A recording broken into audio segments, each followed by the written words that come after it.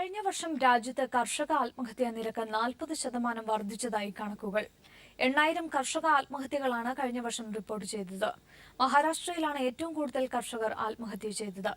കൃഷിനാശം മൂലമുണ്ടായ കടക്കെണിയാണ് കർഷക ആത്മഹത്യയുടെ പ്രധാന കാരണം. രാജ്യത്ത് വരൾച്ചയും കാർഷിക പ്രതിസന്ധിയും രൂക്ഷമായ 2015-ൽ 8000 കർഷകർ ആത്മഹത്യ ചെയ്തു എന്നാണ് കേന്ദ്ര സർക്കാരിന്റെ കൈവശമുള്ള കണക്കുകൾ. 2014-ൽ 5640 കർഷകരാണ് ആത്മഹത്യ ചെയ്തത്. മുൻ വർഷത്തെ അപേക്ഷിച്ച് കർഷക ആത്മഹത്യാ നിരക്കിൽ 40% വർധനവാണ് 2015-ൽ ഉണ്ടായത്. കാർഷിക പ്രതിസന്ധി രൂക്ഷമായ മറാത്ത്വാഡ മേഖല ഉൾപ്പെട്ട മഹാരാഷ്ട്രയിലാണ് ഏറ്റവും കൂടുതൽ കർഷകർ ആത്മഹത്യ ചെയ്തത്.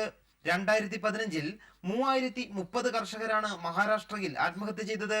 കർഷക ആത്മഹത്യാ നിരക്കിൽ രണ്ടാം സ്ഥാനത്തുള്ള തെലങ്കാനയിൽ 1350 ആത്മഹത്യകളാണ് റിപ്പോർട്ട് ചെയ്തത്. കടക്കണി മൂലം ആത്മഹത്യ ചെയ്തവരാണ് ഇതിൽ ഏറെയും.